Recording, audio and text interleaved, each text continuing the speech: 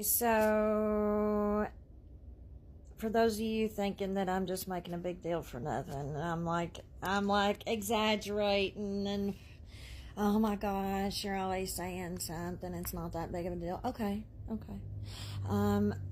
This is from the Department of Homeland Security's Office of Intelligence and Analysis. This is how they're going to label people who are the enemy or domestic terrorists. How are they going to do that? Let me see some of the criteria. It is extremely hard to see. Military veterans who have fought in foreign wars and are disgruntled about the takeover of the U.S. You're an enemy and now an extremist and a terrorist. Anti-war individuals or groups. Period. Like, if you're against war as an individual or have a group that's anti-war, you're the enemy. If you're tax-resistant movement, you're the enemy. Militias, okay. Alternative media, which provide interpretations of events and issues that differ radically from those presented in mass media outlets. So if you use any kind of media other than the news and have a radically different interpretation other than the mass media, you're the enemy. Opponents of open border policies, you're the enemy. Single issue groups or individuals who focus on single issue causes such as animal rights, environmental, or anti-abortion groups, members may be associated with more than one issue. And a patriot movement, a term used by right-wing extremists to link their beliefs to those commonly associated with the American Revolution. Also, Christian patriots, patriot groups, and I can't see constituents. It's too small. I can't see it. I'm sorry. So I've been telling you all that they announced back months ago, right after he went into office, and things started being noticeably different. When we first started realizing, wait, something's different. After Doge and all that, they announced that Trump was having lists made of people on social media, people in the government, people in healthcare. You were being put on the list if you were anti-him.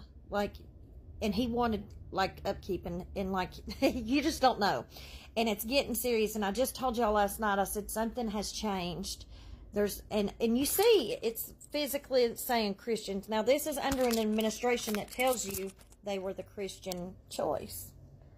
But y'all keep coming for me. I made a video yesterday, just listing. All I did was list the promises that were made to us to why we voted for him. And half the time I didn't even say whether they were kept or not. I didn't have to. I just listed the promises.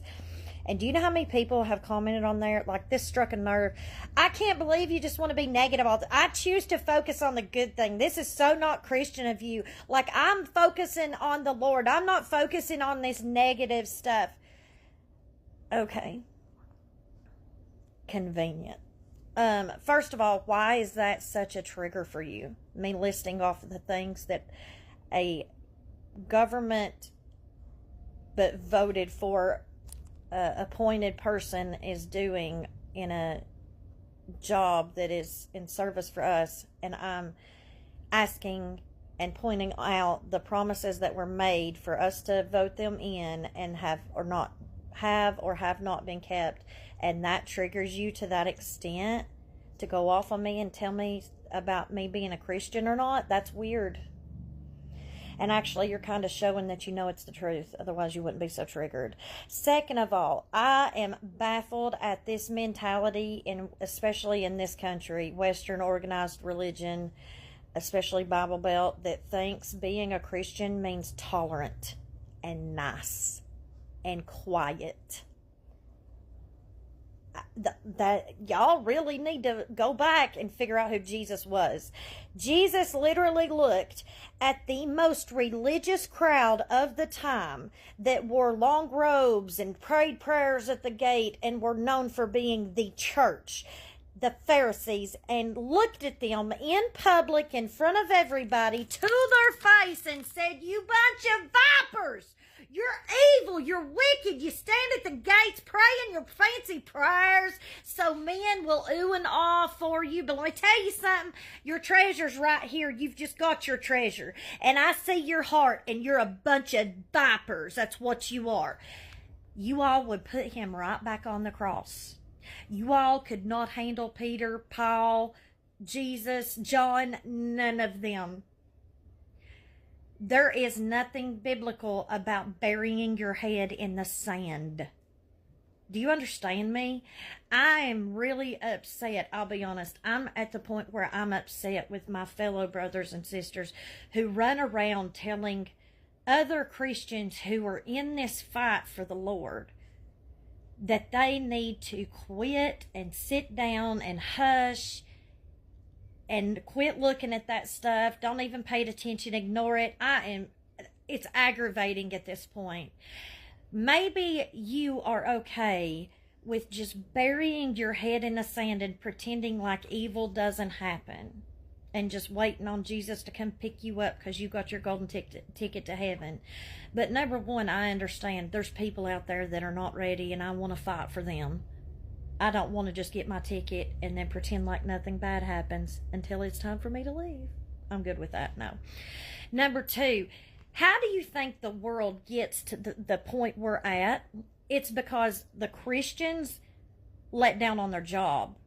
We started being more afraid to offend. We started being more afraid of not being liked or not getting a paycheck as a pastor than telling the truth, standing up for what's right, being against the devil and sin, and trying to get people to heaven. Now we coddle people, we tolerate, we have to be nice, and we have to accept everything, welcome everything, and there's nothing biblical about it. And here's the thing, I will give people scripture about stuff like that, and then they'll still come right back with it. And I'm like, it's right there, black and white. You're acting like I'm the one coming up with this when it's literally out of the Bible, babe. It's out of the Bible. And if you want the truth, just look at the disciples. They worked their butt off until most of them, their lives were taken from them because they were an enemy of the state. They were a problem, a rebellious thorn in the government's side. Constantly thrown in prison, constantly getting beat up by the... What are you all talking... What do you do with the Beatitudes and those who suffer with him will reign with him? What do you do with fight the good fight, run the race? What do you do with all that? There's nothing biblical about ignoring anything. And you're going to say, oh, I just choose to focus on this and that. You can, yeah, that's you. But I'm not just going to focus on what my good stuff is. I'm going to realize that, yeah, that's only my future that looks that good. That's not everybody else's, and I'm not that selfish. I can't be out here just being like, well, tough luck for you. I've got heaven waiting on me. So hope you figure it out. I choose to look at the positivity. Okay, that is a cop-out, and it's an excuse to pat yourself on the back and make you feel better for having to sit out and not fight in the ring with everybody else like you're supposed to. Sorry, I said what I said. This is a suspender zone.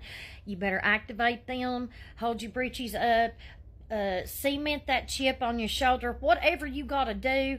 But just like the Bible, it's sharper than a two-edged sword. It divides going in and coming out, because if you're reading it appropriately, it cuts you. But people only read the stuff that makes them feel good. I'm not just going to give you the promises. I'm going to tell you what he says too, because that's doing a disservice by just telling you promises without telling you there's stipulations to those promises. And I'm not going to ignore stuff. If that's how you handle life, that's fine, but I choose to not do that. But you do you.